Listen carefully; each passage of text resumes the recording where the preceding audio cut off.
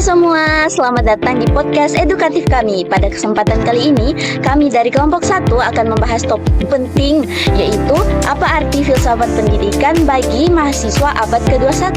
Nah, dalam diskusi ini, kami akan mengaitkannya dengan pemikiran salah satu tokoh filsafat pendidikan yang menjadi sangat berpengaruh, yaitu Paulo Freire. Nah, podcast ini akan dibawakan secara santai dan dialogis. Baik, mari kita mulai pembahasannya. Sebelum kita masuk ke topik utama, izinkan kami memperkenalkan peran kami di podcast kali ini. Saya Nur Fadila dengan NIM A4125200097. Saya di sini sebagai host yang akan memandu jalannya podcast. Dan saya Alicia dengan NIM A4012530237. Di sini saya sebagai pembicara satu yang akan menjelaskan pemikiran Paulo Freire. Dan saya Gusti Ayu Anggita Putri dengan NIM A4012510007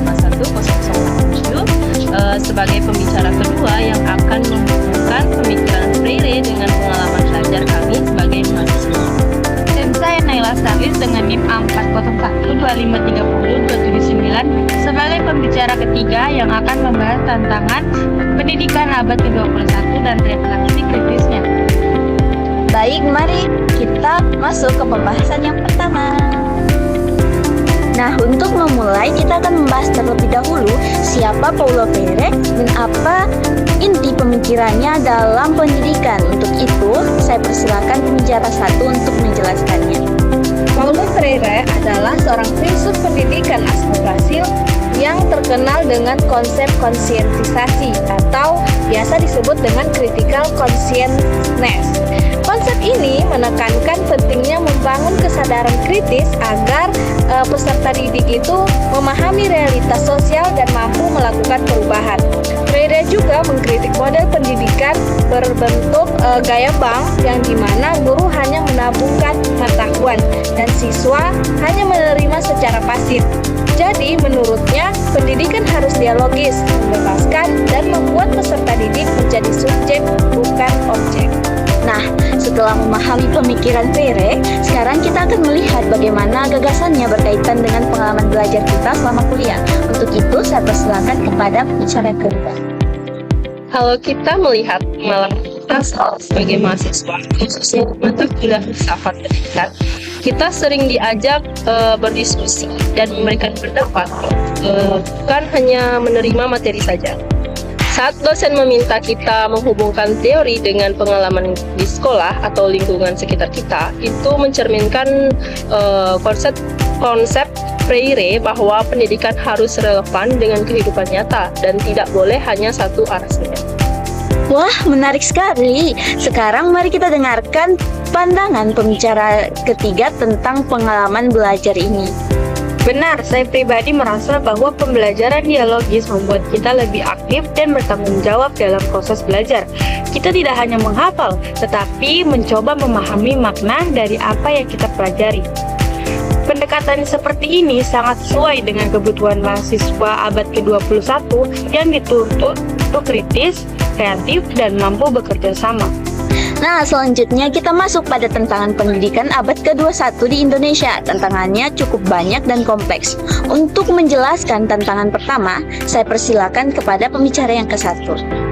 Jadi di sini bentuk tantangan terbesarnya itu adalah rendahnya literasi.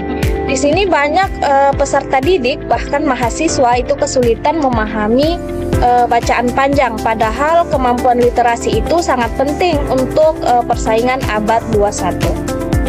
Terima kasih. Sekarang kita masuk ke tantangan berikutnya. Pembicara kedua, dipersilakan. Nah, tantangan kedua adalah disrupsi teknologi dan hadirnya AI. Dunia itu berubah sangat cepat, sementara pendidikan sering tidak siap menghadapi perubahan itu. Mahasiswa butuh kemampuan adaptasi, bukan hanya berkelas saja.